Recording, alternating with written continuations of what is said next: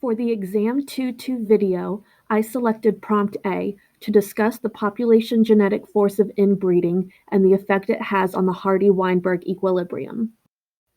In a given population, the Hardy-Weinberg law states that allele and genotypic frequencies will arrive at and remain at equilibrium after one generation of mating under the assumptions that the population is infinitely large, the mating is random, and there is no selection, migration, or mutation.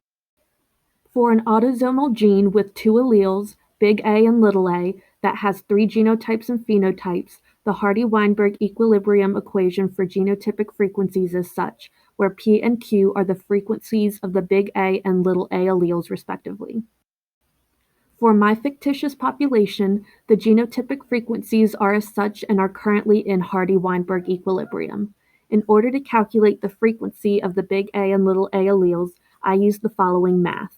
If 0.36 is the value of p squared, then the square root of 0.36, which is 0.6, would be the value of p and such the frequency of the big A allele.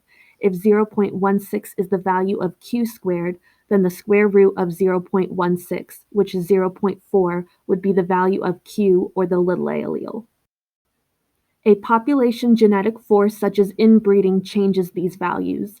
Inbreeding is the mating between relatives and is much more likely to occur in a small population where there are less viable partners. While inbreeding changes the genotypic frequency, it does not change allele frequency, meaning that the values of P and Q remain the same.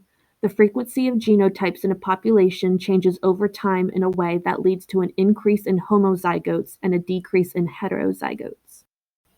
Mathematically, the equation for genotypic frequency changes to this.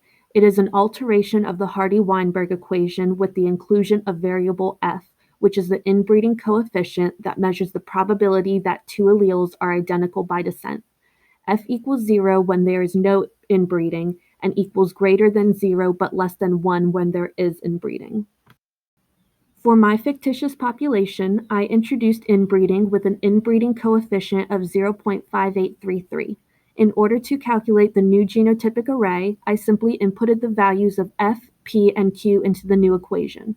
Thus, the new genotypic frequency would be 0.5 for homozygous big A, 0.2 for heterozygous big A, and 0.3 for homozygous little a.